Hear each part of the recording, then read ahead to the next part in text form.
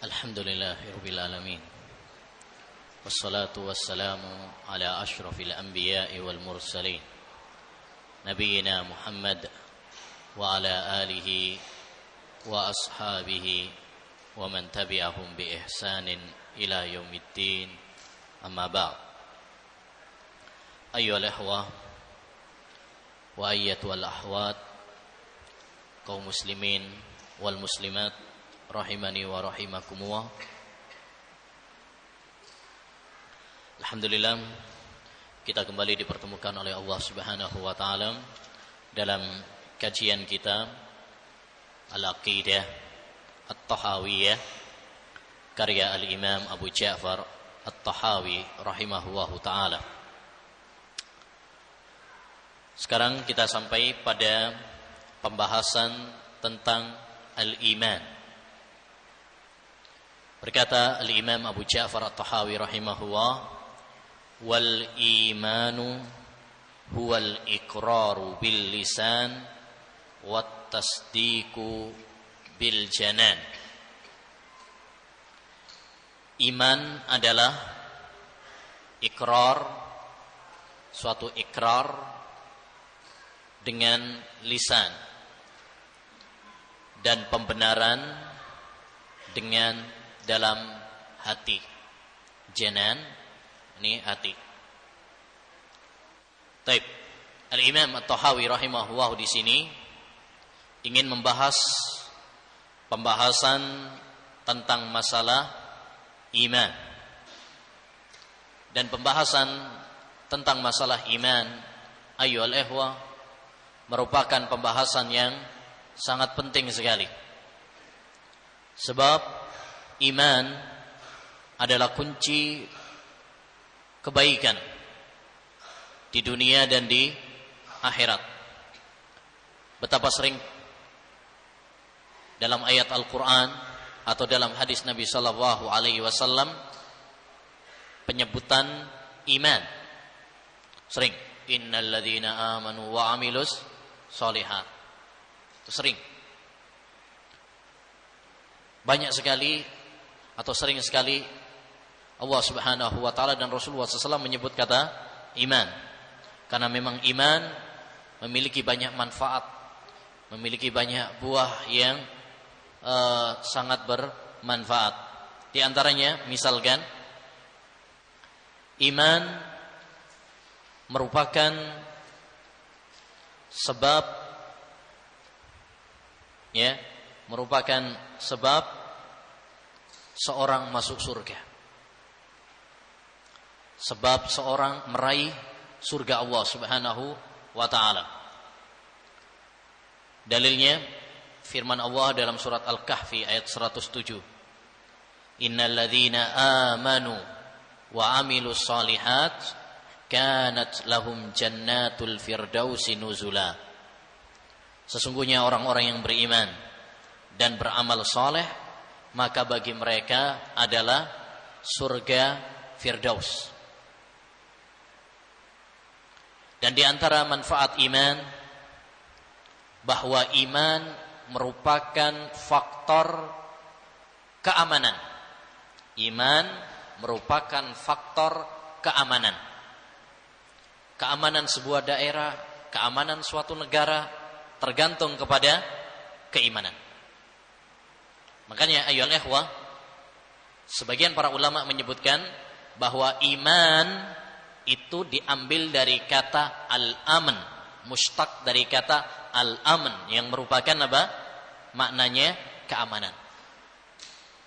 Di antara dalil atau dalil yang menunjukkan bahwasanya iman faktor keamanan, kunci keamanan suatu negara, desa, daerah adalah firman Allah dalam surat Al-An'am ayat 82.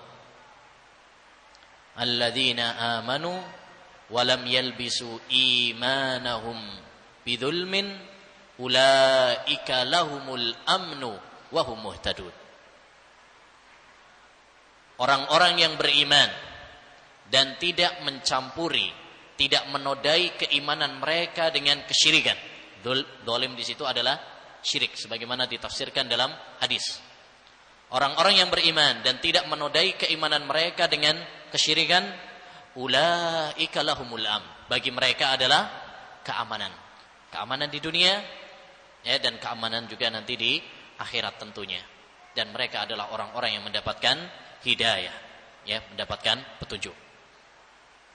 Dan di antara manfaat iman juga adalah iman merupakan sebab keberuntungan. Ya, merupakan sebab keberuntungan dan kebahagiaan. Dalilnya firman Allah Subhanahu wa taala dalam surat Al-Asr, di mana Allah berfirman, "Wal asri innal insana lafi khusr." Demi waktu, sesungguhnya seluruh manusia, innal insan, al di situ pada kata al-insan apa namanya? Lil istihrak, yang menunjukkan semua manusia, pria, wanita, ya, kaya, miskin, ya, semuanya masuk dalam ayat ini. Semua manusia lafi khusrin, dalam kerugian. Dan perhatikan di situ lafadz fi yang bermakna dzarf. Jadi seakan-akan manusia itu diliputi kerugian dunia dan akhirat. Ya. Kemudian Allah Subhanahu wa taala mengecualikan. Siapa yang dikecualikan? Illal ladzina amanu wa amilus shalihat wa tawasau bil haqq wa tawasau bis sabr. Sesungguhnya orang-orang yang beriman, kecuali orang-orang yang beriman, beramal saleh dan saling mewasiatkan dengan kebenaran dan kesabaran.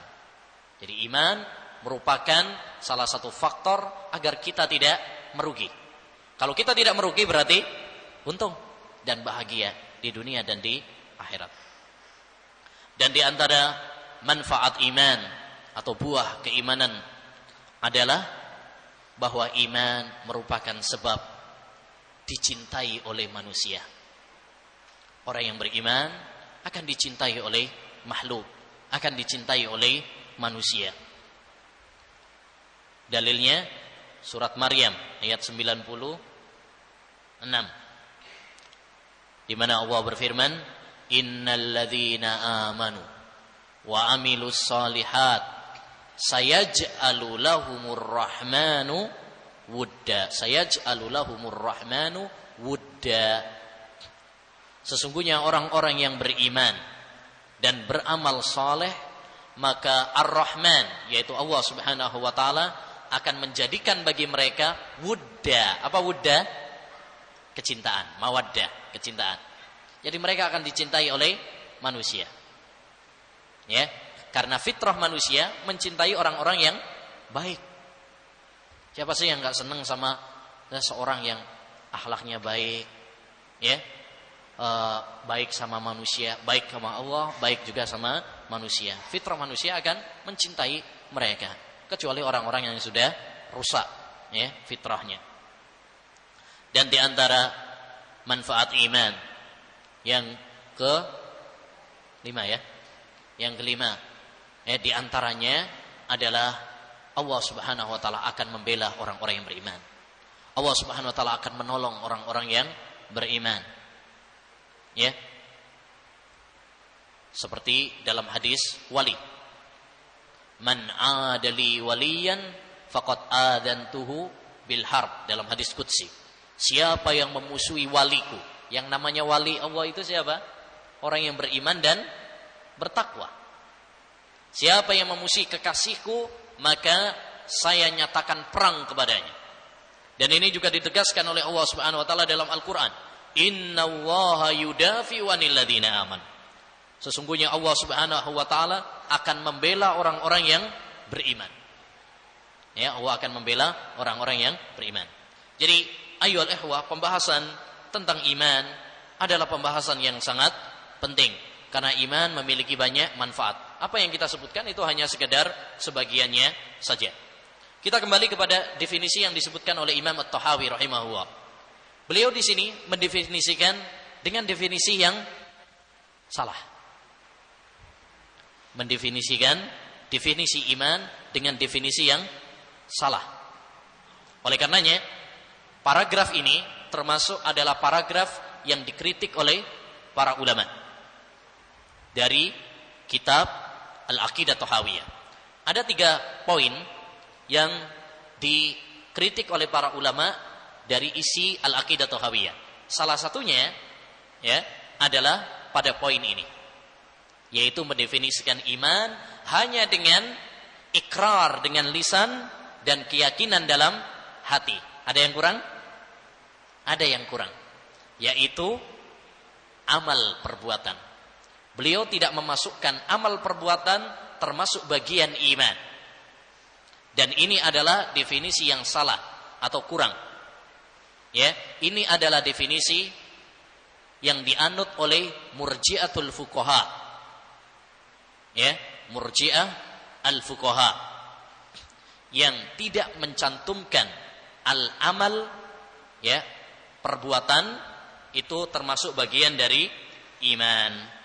Ya. Baik. Jadi sebelum kita masuk kepada pembahasan definisi yang benar, perlu diketahui dulu bahwasanya definisi yang disebutkan oleh Al-Imam At-Tahawi rahimahullah ini adalah definisi yang kurang, termasuk definisi yang dikritik oleh para ulama karena tidak mencantumkan amal termasuk bagian iman. Dan ini adalah definisi siapa tadi? Murji'atul Fuqaha. Mereka disebut Murji'ah karena mereka akhorul amal an musammal iman, mengeluarkan amal dari definisi iman. Jadi amal tidak termasuk iman menurut orang-orang Murji'ah al-Fuqaha. Al-Fuqaha nisbah kepada orang-orang ahli fikih seperti Imam Abu Hanifah. Karena Imam At-Tahawi adalah Hanafiyul madhab. Ya, beliau menganut madhab Abu Hanifah dan mengikuti pendapat imamnya, yaitu Imam Abu Hanifah rahimahullahu ta'ala. Taib. Dalam definisi iman, ayyuhal ikhwah, ada 4 golongan yang mendefinisikan iman. Ya, 3 diantaranya adalah keliru dan 1 diantaranya adalah benar, yaitu pendapat ahlus sunnah, ahlul hadis. Pendapat yang pertama adalah pendapat Murji'ah yang mengartikan bahwasanya iman itu hanya sekedar di dalam hati.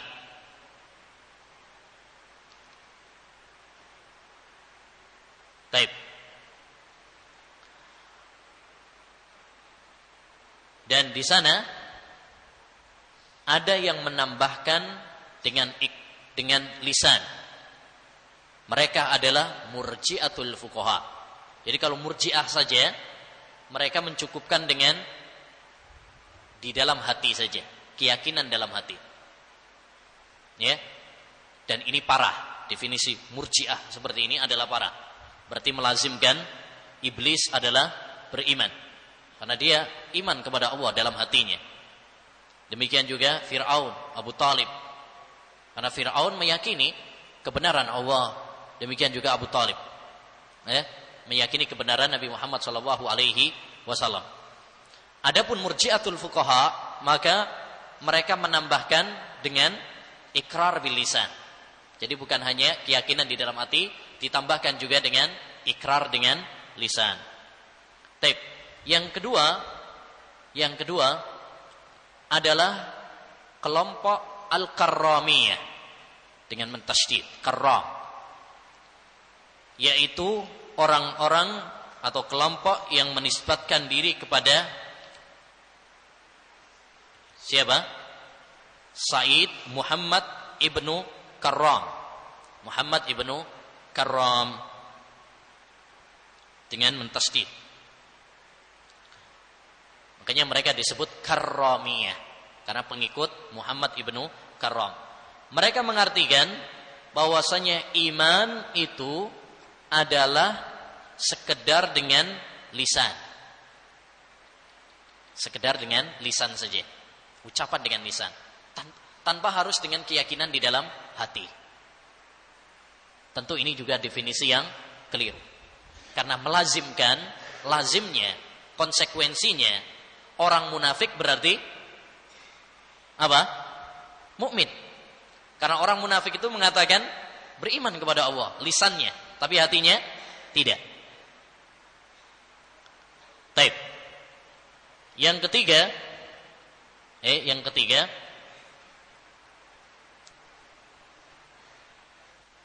adalah kelompok Khawarij dan Mu'tazilah. Kelompok Khawarij dan Mu'tazilah. Mereka mengatakan bahwasanya iman adalah ucapan, keyakinan, dan amal perbuatan. Sampai di sini benar ya? Ya, ucapan, keyakinan, dan amal. Ya, sampai di sini benar. Tetapi mereka berkeyakinan bahwa semuanya itu adalah satu paket. Mereka menganggap berkeyakinan bahwa ucapan, keyakinan, amal itu adalah satu bagian, satu paket yang tidak bisa terbagi-bagi. Oleh karenanya, kalau salah satu saja hilang, maka hilang semuanya. Oleh karenanya, mereka mengatakan bahwasanya seorang yang pelaku dosa besar, pelaku dosa besar kafir, karena hilang keimanannya. Taib. Dan ini sudah kita sebutkan bahwasanya pemahaman seperti ini adalah pemahaman yang salah, dan nanti insyaallah taala akan ada pembahasannya secara khusus. Kelompok yang keempat adalah kelompok Ahlus Sunnah wal Jamaah yang mendefinisikan iman dengan 5 nun. Dengan 5 nun, sebagaimana disebutkan oleh Syekh Hamad Al-Ansari dalam Al-Majmu'. Beliau mengatakan, al-imanu yata'allafu min 5 nuniyat. Iman itu tersusun dengan dalam 5 nun. Qaulun bil lisan, i'tiqadun bil janan, amalun bil arkan, yazidu bi ta'atir rahman, wa yanqusu bi ta'atis syaitan. Ini akidah Ahlus Sunnah wal Jamaah dalam masalah iman. Qaulun bil lisan, ucapan dengan lisan. Yang kedua, i'tiqadun bil janan, keyakinan dalam hati. Amalun bil arkan, amal dengan perbuatan anggota badan. Yazidu bi ta'atir rahman, bertambah dengan ketaatan kepada Allah Subhanahu wa taala. Wa yanqusu bi ta'atis syaitan, dan berkurang dengan mentaati syaitan. Ini akidah Ahlus Sunnah wal Jamaah dalam masalah iman. Adapun dalil Ahlus Sunnah wal Jamaah yang menyebutkan bahwasanya iman mencakup 3 hal, ucapan, keyakinan dalam hati, dan amal perbuatan, adalah firman sabda Nabi sallallahu alaihi wasallam dalam hadis Abu Hurairah, al-imanu bid'un wa sab'una syu'bah, a'laha qawlu la ilaha illallah, wa adnaha imatatul adha anit tariq, wal haya'u syu'batun minal iman. Kata Nabi alaihi salatu wassalam, iman itu 73 lebih cabang. Bid'un wa sab'un. Bid' 3 sampai 9. 73 lebih cabang. Jadi iman itu memiliki beberapa cabang. A'laha, tingkatan iman yang paling tinggi, qaulu la ilaha illallah, ucapan la ilaha illallah. Ini berarti apa? Ucapan dengan lisan. Wa adnaha imatatul adza anit thariq. Tingkatan yang paling rendah adalah menyingkirkan gangguan dari jalan. Kalau kita menyingkirkan gangguan dari jalan, ada paku atau sampah ya di jalan, kita singkirkan, atau ada bangkai ya, kadang-kadang bangkai kucing, tikus di jalan, kita singkirkan, ikhlaskan karena Allah Subhanahu wa taala, itu termasuk bagian dari iman. Itu bagian dari iman. Ini membutuhkan perbuatan atau tidak? Perbuatan. Singkirkan gangguan pakai tangan. Berarti perbuatan. Kemudian kata Nabi, wal haya'u syu'batun minal iman. Dan malu itu termasuk juga cabang dari iman. Dan malu tempatnya di dalam hati. Berarti hadis ini ayyuhal ikhwah mencakup tiga hal yang merupakan definisi Ahlus Sunnah wal Jamaah. Ucapan, perbuatan, dan juga ya keyakinan di dalam hati. Ya. Oleh karenanya para ulama Ahlus Sunnah wal Jamaah semenjak sahabat, tabi'in dan tabi'ut tabi'in serta para ulama ya as-salafus saleh, mereka sepakat bahwasanya iman itu mencakup tiga hal. Ucapan ya dengan lisan, perbuatan dengan anggota badan, dan keyakinan di dalam hati. Ya.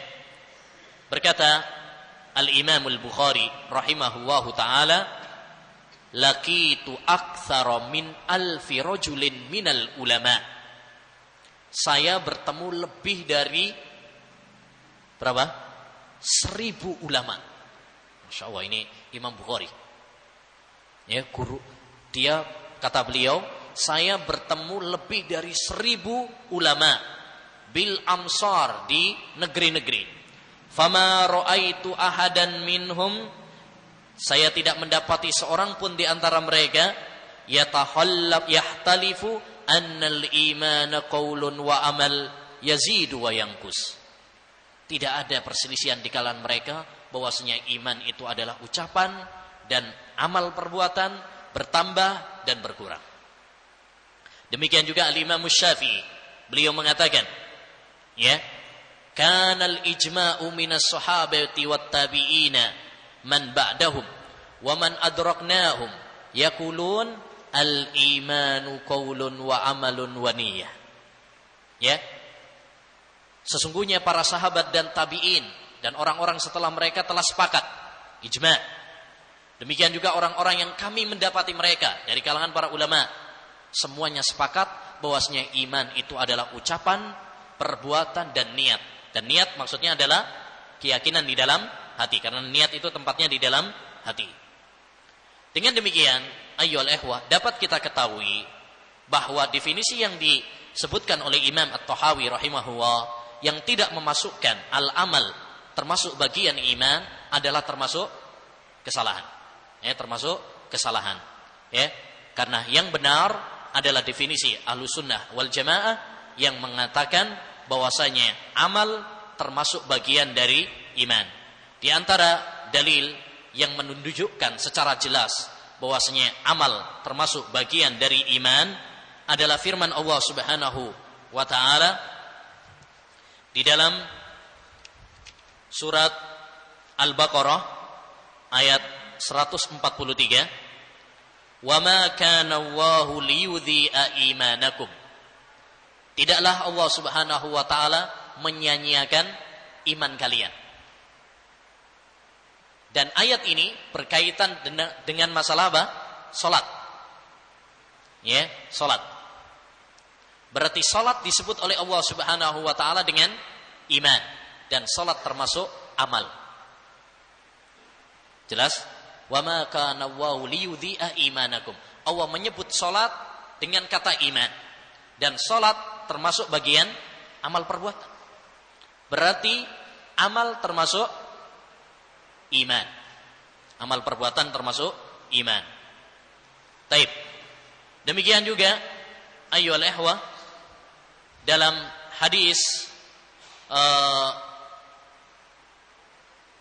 rombongan Abdul Qais Abdul Qais yang datang kepada Nabi sallallahu alaihi wasallam, maka Nabi sallallahu alaihi wasallam mengatakan kepada mereka, amurukum bil imani wahdah. Aku perintahkan kepada kalian dengan iman. Atadruna mal iman? Billah, tahukah kalian apa itu iman? Kemudian beliau menyebutkan rukun iman, lalu mengatakan wa antu addu khumsa ma ghanimtum. Kalian menunaikan 1/5 ghanimah kalian. Menyerahkan 1/5 ghanimah termasuk amal. Berarti amal termasuk bagian dari iman. Demikian juga hadis Abu Hurairah tadi, al-imanu bid'un wa sab'un, di mana Rasulullah SAW mengatakan bahwasanya menyingkirkan gangguan dari jalan itu adalah bagian dari iman. Jadi banyak dalil-dalil yang menunjukkan bahwasanya amal termasuk bagian dari iman, termasuk bagian dari iman. Dan ini merupakan kesepakatan para sahabat dan tabi'in bahwasanya amal termasuk bagian dari iman. Disebutkan oleh Al-Baghawi dalam Syarhus Sunnah, beliau mengatakan wattafaqas sahabatu wattabi'una wa man ba'dahum min ulama'is sunnah annal a'mala minal iman. Wa ankaras salafu ala man ahrajahu wa ja'aluhu qawlan mubtada'a. Kata Imam Al-Baghawi dalam Syarhus Sunnah, para sahabat dan tabi'in serta orang-orang setelah mereka dari kalangan ulama-ulama ahlu sunnah telah bersepakat bahwasanya amal perbuatan itu termasuk bagian dari iman. Dan para ulama ussalaf telah mengingkari orang yang mengeluarkan amal dari bagian iman, dan mereka menilai bahwa pemikiran tersebut, yaitu pemikiran bahwasanya amal bukan termasuk bagian iman, adalah termasuk pemikiran yang bid'ah. Jadi mereka mengingkari apa yang dikatakan oleh Al-Imam Abu Hanifah dan lain-lain, seperti juga yang diikuti oleh Imam At-Tahawi, bahwasanya amal tidak termasuk bagian dari iman. Ini diingkari oleh para ulama as-salaf, karena yang benar bahwasanya amal termasuk bagian dari iman. Yang benar bahwasanya amal termasuk bagian dari iman. Baik. Selanjutnya, ayyuhal ikhwah, kata Al-Imam At-Tahawi rahimahullahu ta'ala, wa jami'u ma sahha an Rasulillahi sallallahu alaihi wasallam minas syar'i wal bayani kulluhu haqqun. Dan seluruh apa yang sahih dari Rasulullah sallallahu alaihi wasallam berupa syariat dan keterangan, seluruhnya adalah hak. Seluruhnya adalah hak, yakni seluruhnya adalah kebenaran yang wajib kita terima. Al-Imam At-Tahawi rahimahullahu taala di sini menegaskan sebuah kaidah yang penting tentang masalah hadis.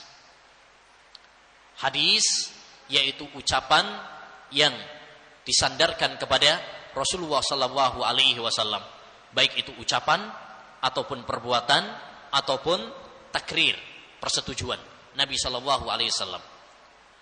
Jadi jika ada sebuah hadis yang sahih dari Rasulullah sallallahu alaihi wasallam, baik itu dalam masalah akidah atau dalam masalah ahkam hukum, dalam masalah fikih, maka wajib bagi kita untuk menerimanya. Wajib bagi kita untuk beriman dengannya. Tidak boleh bagi kita untuk memilah-milah, beriman sebagian dan mengingkari sebagian, seperti sifatnya orang-orang Yahudi. Afatu'minuna bi ba'dil kitab wa takfuruna bi ba'd. Apakah kalian beriman dengan sebagian dan mengkufuri dengan sebagian yang lain? Adapun orang-orang yang beriman, maka mereka tidak membeda-bedakan. La nufarriqu baina ahadim mir rusuli. Kita tidak membeda-bedakan antara satu hadis dengan hadis yang lain. Oleh karenanya, ayyuhal ikhwah, apa yang dikatakan oleh Imam At-Tahawi ini merupakan bantahan kepada kelompok-kelompok yang banyak menolak hadis Rasulullah sallallahu alaihi wasallam. Ya. Seperti misalkan kelompok ingkar sunnah yang menolak hadis-hadis Rasulullah sallallahu alaihi wasallam. Mereka hanya mencukupkan dengan Al-Qur'an saja. Ini adalah kelompok yang sesat dan menyimpang. Ya, karena bagaimana mungkin kita mencukupkan dengan Al-Qur'an saja, enggak pakai hadis? Itu adalah sesuatu yang mustahil. Kalau kita mencukupkan dengan Al-Qur'an saja, bagaimana sholat kita? Bagaimana zakat kita? Bagaimana puasa kita? Karena Al-Qur'an tidak menjelaskan secara detail. Perinciannya, detailnya itu hanya ada di dalam hadis. Ya, hanya ada di dalam hadis. Demikian juga ucapan Imam Tahawi ini merupakan bantahan kepada ahlul kalam, orang-orang Mu'tazilah. Ya, yang mengatakan bahwasanya hadis itu diterima kalau mutawatir dalam masalah akidah. Adapun apabila hanya ahad, ya, tidak mutawatir, maka tidak diterima dalam masalah akidah. Dan ini banyak juga diusung oleh kelompok Hizbut Tahrir. Ya, kelompok Hizbut Tahrir.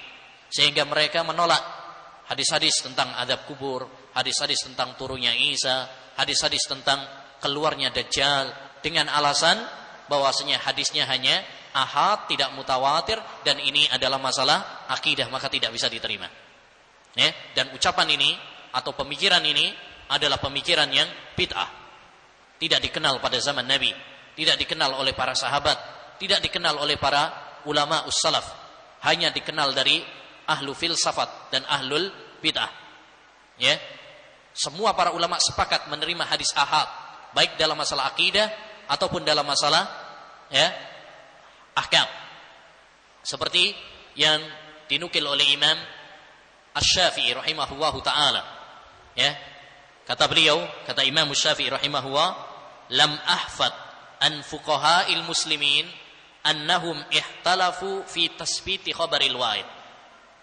Saya tidak mendapati seorang pun dari ulama kaum muslimin berselisih pendapat tentang sahnya hadis ahad, menerima hadis ahad. Tidak ada perselisihan di kalangan mereka. Ya, ijma ini juga dinukil oleh Imam Al-Khatib Al-Baghdadi dalam Al-Kifayah, ya, fi ilmi riwayah. Ya, bahwasanya para sahabat, para tabi'in dan para ulama kaum muslimin semuanya menerima hadis ahad, tidak ada yang menolak baik dalam masalah akidah ataupun dalam masalah ahkam. Ya, ideologi atau pemikiran yang membedakan antara akidah dengan fikih ini hanya dikenal dari orang-orang ahlu filsafat, ahlul kalam, Mu'tazilah, yang tujuannya ayyuhal ikhwa adalah menolak hadis-hadis Rasulullah sallallahu alaihi wasallam. Ya, menolak hadis-hadis Rasulullah sallallahu alaihi wasallam. Ini tujuan mereka. Sebagaimana dikatakan oleh Al-Khatib Al-Baghdadi dalam Al-Faqih wal Mutafaqih. Ya, bahwasanya tujuan inti orang-orang yang menolak hadis ahad dalam masalah akidah adalah menolak hadis-hadis Rasulullah sallallahu alaihi wasallam. Sebab kalau kita hanya beramal dengan hadis mutawatir saja, hadis ahad itu apa? Banyak sekali. Sahih Bukhari itu yang mutawatir hanya berapa? Segelintir saja yang mutawatir. Ya, kalau kita hanya menerima yang mutawatir saja, berarti betapa banyak hadis-hadis yang sahih, ya, akan kita tolak, akan kita mentahkan, ya, akan kita buang. Dan ini adalah penghujatan terhadap sunnah Rasulullah sallallahu alaihi wasallam. Menarik sekali, ayolah hawa, apa yang disebutkan oleh Syekh Masyhur bin Hasan tatkala membantah orang-orang yang memiliki pemikiran seperti ini. Ada setidaknya ada 3 poin yang beliau sebutkan untuk membantah orang-orang seperti ini. Kata beliau, poin pertama, kita tidak mendapati seorang ulama pun yang menulis sebuah kitab dalam masalah akidah, lalu mereka hanya berhujjah dengan hadis mutawatir saja. Tahu ya hadis mutawatir? Yaitu hadis yang diriwayatkan dari jalur yang banyak sekali. yang tidak mungkin mereka bersepakat di atas kebohongan. Ya, adapun hadis ahad itu hadis yang diriwayatkan dari satu sahabat, dua sahabat atau tiga sahabat begitu saja. Ya. Kita tidak mendapati satu kitab pun yang ditulis oleh para ulama dalam masalah akidah, dia hanya khusus ya berdalil dengan mutawatir saja, nggak ada. Dengan demikian, maka konsekuensinya hanya ada dua. Mungkin para ulama yang sesat, sedangkan kalian, ya, wahai orang-orang Mu'tazilah atau Hizbut Tahrir, ya, kalian yang benar, atau dibalik, para ulama yang benar, kalianlah yang sesat. Dan nggak mungkin ulama ya semuanya yang sesat, sedangkan kalian yang benar, itu mustahil, guys. Ya, la tajtami'u ummati ala dhalalah. Umatku tidak akan bersepakat di atas kesesatan. Yang kedua, pemikiran kalian bahwasanya hadis ahad itu ya diterima dalam masalah fikih. Kalau dalam akidah enggak diterima. Gitu kan? Kita katakan, pemikiran kalian ini pemikiran akidah atau tidak? Pemikiran akidah. Baik. Berdasarkan teori kalian, berarti kalian harus membawakan kepada kami dalil-dalil yang mutawatir. Jelas? Ya, kalian kan nggak mau menerima akidah kecuali pakai hadis mutawatir. Akidah kalian ini adalah teori kalian ini adalah sebuah akidah. Maka kalian harus membawakan hadis yang mutawatir untuk akidah kalian ini. Kalau tidak, berarti kita nggak bisa menerima teori kalian. Jadi kita menggunakan senjata mereka untuk membantah mereka. Jelas? Makanya dulu pernah diceritakan oleh Syekhul Albani, ada orang dai, ya, muballigh Hizbut Tahrir, berdakwah ke Jepang. Berdakwah ke Jepang. Ya. Sampai di sana dia membahas tentang masalah akidah seperti ini. Oh, kita nggak boleh dalam masalah akidah itu harus dengan mutawatir, nggak boleh pakai hadis ahad. Akhirnya ada seorang pemuda, pelajar yang mengatakan, Ustaz, ya, Anda tadi mengatakan kita nggak boleh menerima dalam masalah akidah kecuali dengan mutawatir. Sedangkan Anda datang ke sini seorang diri, berarti Anda masih ahad. Maka berdasarkan teori Anda, kita nggak bisa menerima dakwah Anda kecuali kalau Anda membawa teman-teman kalian yang banyak, ya, baru kita bisa menerima. Maka pulanglah ke negaramu, bawa teman-temanmu yang banyak, baru kita bisa menerima.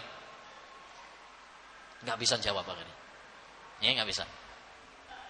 Dan ini ayyuhal ikhwah adalah termasuk kebobrokan akidah mereka. Yang ketiga, baik. Siapa yang bisa mencontohkan hadis mutawatir? Contoh hadis mutawatir. Contohnya? Hah? Man kadzaba alayya muta'ammidan falyatabawwa maq'adahu minan nar, ya kan? Contoh hadis mutawatir. Baik. Siapa yang mengatakan hadis ini mutawatir? Ulama siapa yang mengatakan mutawatir? Hanya beberapa orang. Al-Hafidz Ibnu Hajar misalkan, atau Al-Qattani, beberapa orang. Yang itu tidak sampai kepada jumlah mutawatir. Berarti hadis ahad itu muternya nanti kembali kepada, ya, hadis mutawatir itu muternya juga kembali kepada ahad. Karena yang mengatakan itu mutawatir nanti ahad juga, orang-orang yang tidak banyak juga. Jelas? Ya. Contoh hadis mutawatir misalkan man kadzaba alayya, atau hadis tentang adab kubur, itu kan mutawatir. Yang mengatakan itu mutawatir berapa orang?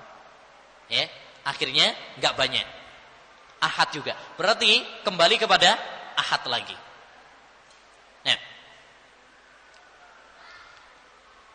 ala kulli hal, bahwasanya pendapat yang mengatakan bahwasanya hadis ahad itu tidak diterima dalam masalah akidah, ini adalah pemahaman yang batil, yang dijelaskan kebobrokannya oleh para ulama. Di antara yang paling bagus bantahannya adalah Imam Syafi'i dalam Ar-Risalah atau Jima'ul Ilm. Demikian juga Imam Ibnul Qayyim dalam As-Sawa'iqul Mursalah. Demikian juga Syekhul Albani dalam dua kitabnya Al-Hadisu Hujjatun binafsihi fil Aqaidi wal Ahkam, dan juga dalam kitabnya Wujubul Ahdi bi Hadisil Ahad fil Aqidah. Itu dalam dua risalah tersebut beliau menjelaskan secara gamblang wajib bagi kita untuk menerima hadis ahad dalam masalah akidah atau dalam masalah tidak ada perbedaan. Ya, tidak ada perbedaan. Siapa yang membeda-bedakan, maka dia dituntut untuk mendatangkan dalil. Taib. Bukankah Rasulullah SAW sering mengirim para sahabat, diantaranya Mu'ad bin Jabal, padahal seorang diri, ke Yaman, untuk berdakwah tentang masalah apa? Akidah. Hendaknya yang pertama kali kamu dakwakan kepada mereka adalah tauhid. Padahal itu yang diutus berapa orang? Mu'ad bin Jabal. Itu. Banyak dalil-dalil yang menyatakan. Yang ketiga, ungkapan Imam Tahawi ini juga merupakan bantahan kepada orang-orang aqlaniyun, orang-orang rasionalis yang mengandalkan kepada akal mereka, di mana apabila akal bertentangan dengan hadis, maka mereka mendahulukan akal, menolak hadis Nabi sallallahu alaihi wasallam. Dan ini adalah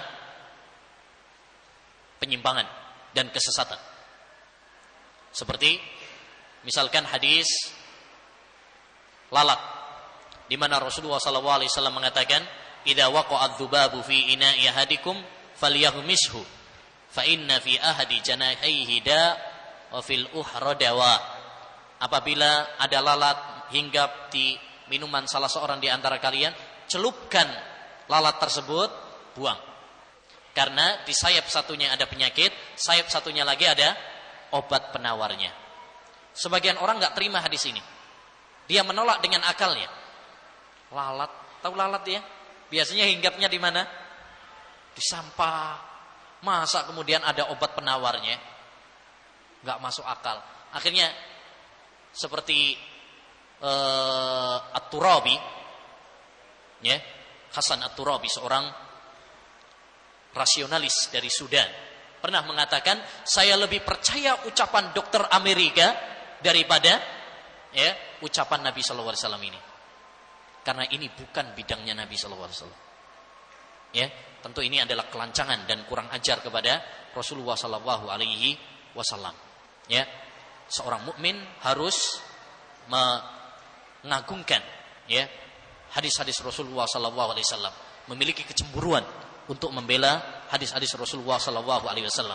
Kalau kita menyatakan cinta kepada Nabi, kalau kita mengaku cinta kepada Nabi, maka wajib bagi kita untuk menjadi pembela-pembela hadis Rasulullah sallallahu alaihi wasallam. Demikian juga orang-orang aqlaniyin yang mengatakan bahwasanya hadis apabila bertentangan dengan Al-Qur'an, maka hadis tersebut adalah tidak sahih dari Nabi. Ini juga tidak benar. Sebab hadis tidak mungkin bertentangan dengan Al-Quran. Imam Syafi'i pernah mengatakan dalam kitabnya Jima'ul Ilm, wala tukhalifus sunnatu al-Qur'ana abadan. Sunnah Nabi itu tidak mungkin bertentangan dengan Al-Quran selama-lamanya. Selama-lamanya enggak mungkin bertentangan. Kalau secara sekilas bertentangan, maka jangan salahkan hadisnya, jangan salahkan Qur'annya, salahkan otak kita yang belum bisa memahami dengan baik. Maka tanyakan kepada para ulama, kemudian selidiki, teliti lebih lanjut. Lebih lanjut. Kata Imam Ibnul Qayyim, wa nususuhu laisa yu'aridu ba'dhuha ba'dhan fasal anha alima zamani wa idza ra'aita fihi ta'arudan fadha min afatil afhami wal adhani. Nas-nas Al-Quran itu tidak mungkin saling bertentangan. Tanyakan kepada ulama di zamanmu. Kalau sekilas bertentangan, maka itu adalah karena kurangnya akal kita. Kurangnya akal kita. Baik. Demikian insyaallah taala kita akan lanjutkan pembahasan berikutnya. Baik. Satu pertanyaan. Siapkan. Apa tuh? Siap tuh? Siap? Ya deh. Kemarin takhasus 1 kan, sekarang takhasus 2. Sebutkan dalil yang menunjukkan bahwasanya amal termasuk iman dari Al-Quran dan hadis dan ijma. Dari Al-Quran. Kesini nggak dengar. Bunyinya gimana bunyinya? Wa ma kana Allahu liyudhi'a imanakum. Ahsan. Iman di situ maksudnya adalah siapa? Salat. Baik. Dari hadis. Enggak dengar apa? Hadisnya belum apal. Batal berarti. Siapa yang bisa? Lengkap Al-Qur'an, hadis, ijma. Ayo. Tahasus 2. Ada yang bantu?